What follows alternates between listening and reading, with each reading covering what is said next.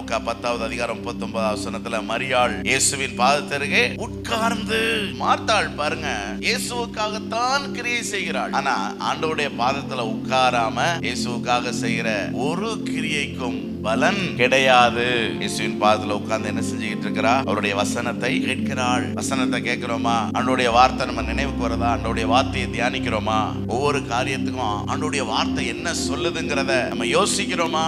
அப்பதான் நம்முடைய வாழ்க்கை ஆசீர்வதிக்கப்படும். கடந்த நாட்களுக்கு முன்பு தினகரனுடைய வாழ்க்கையை குறித்து நான் கொஞ்சம் பார்த்துக்கிட்டு இருந்தேன். தினகரன் நல்ல வல்லமையான ஊழியக்காரர். அவர் சொல்றாரு, ஊழியத்துக்கு வந்த ஆரம்பத்துல 7 பைபிள்களை படிச்சு கிழிச்சேன் அப்படிங்கிற. அப்படி அந்த பைபிள்களை இரவும் பகலும் படித்தேன். இன்னைக்கு நிறைய தரிசனத்தோட பெரிய எதிர்பார்ப்போட இன்னைக்கு நிறைய பேர் ஊழியத்துக்கு வர்றாங்க. அவங்களுக்கு நீங்க என்ன ஆலோசனை சொல்ல விரும்புறீங்க அப்படின்னதுக்கு அவர் சொன்னாரு, வேதத்தை எடுத்து இதுவரை வாசித்திராத ஒரு புத்தகத்தை வாசிக்கிற மாதிரி வாசிங்க. வாஸ்து அதுல தேவன் என்ன சொல்றாரு, என்ன செஞ்சிருக்கிறாரு, என்ன செய்ய விரும்புறாருங்கிற காரியங்களை வாஸ்து அதை அறியும் போது நம்ம ஊழியம் தானா நடக்கும் அப்படிங்கிற. இது ஊழியக்காரர்களுக்கு மட்டுமல்ல, படிக்கிற பிள்ளைகளா இருக்கட்டும், குடும்ப தலைவிகளா இருக்கட்டும், பிசினஸ் பண்றவங்களா இருக்கட்டும், யாருக்கானாலும் சரி, நீங்க எந்த அளவுக்கு பைபிள் வாசிக்கிறீங்களோ அந்த அளவுக்கு உங்களுக்கு ஆண்டவர் மேல என்ன இருக்குன்னு அர்த்தம்? வாஞ்சை இருக்குன்னு அர்த்தம். ஆண்டவருடைய சத்தத்தை நம்ம கேட்க முடியாதபடி பல சத்தங்கள் நம்முடைய காதுல விழுது, பல செய்திகள் நம்முடைய சிந்தனை மண்டலத்துக்கு போகுது. ஆனா ஆண்டவருடைய வார்த்தை என்ன?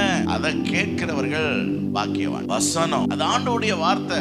அவர் வார்த்தையாகவே இருக்கிறார். வார்த்தைக்கு நம்ம எவ்வளவு முக்கியத்துவம் கொடுக்கிறோமோ அதுதான் நம்முடைய வாழ்க்கை. அதனால தேவன் மேல் உள்ள வாஞ்சை எப்படி வெளிப்படும்? அவனுடைய பாதத்துல உட்கார்ந்து வேதத்தை வாசிக்கிறதுல தான் வெளிப்படும்.